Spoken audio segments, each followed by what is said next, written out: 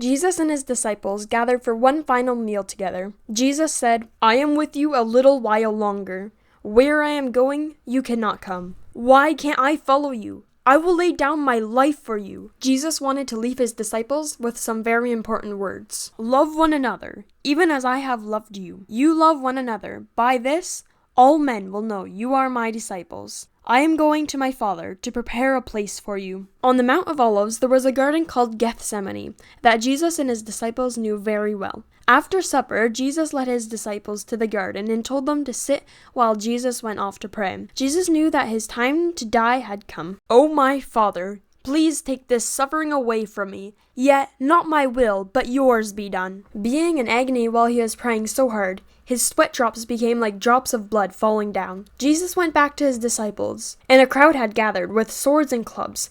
Judas, one of Jesus' disciples, was amongst the crowd. Judas greeted Jesus with a kiss. Jesus knew the greeting wasn't in friendship. Judas used the kiss as a sign to help the crowd identify and arrest Jesus. "Judas, why do you betray me with a kiss?" The soldiers arrested Jesus and brought him before the high priest. He was questioned and beaten. They brought him before Pilate, who was their ruler. Even though he saw Jesus was an innocent man, Pilate allowed the crowd to decide his punishment. "Let him be crucified! Let him be crucified!" Jesus was stripped down, whipped, and made fun of. They placed a crown of thorns on his head and nailed his hands and feet to a cross. While he was dying, he said, "Father, forgive them, for they know not what they do." Then he cried out with his last dying breath, "It is finished!"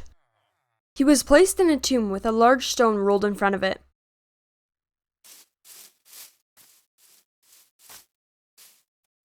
Mary came to the tomb to put spices on Jesus' body, but the stone was moved and the tomb was empty. 2 angels appeared. "Don't be afraid. Jesus is not here. He is risen." Then Jesus himself appeared to Mary. She hugged him and wept. Jesus is risen. He is risen indeed. If you want to know something cool, this story is a true story. These events happened almost 2,000 years ago. If you want to read more about the Easter story, you can find it in the Gospels of Matthew, Mark, Luke, and John in the Bible. The Holy Bible is the best-selling book of all time. Jesus changed the world. He returned to his Father in heaven, and he will be returning again. Are you ready?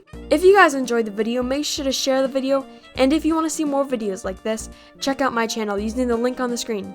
Thanks for watching, and I'll catch you next time. Later.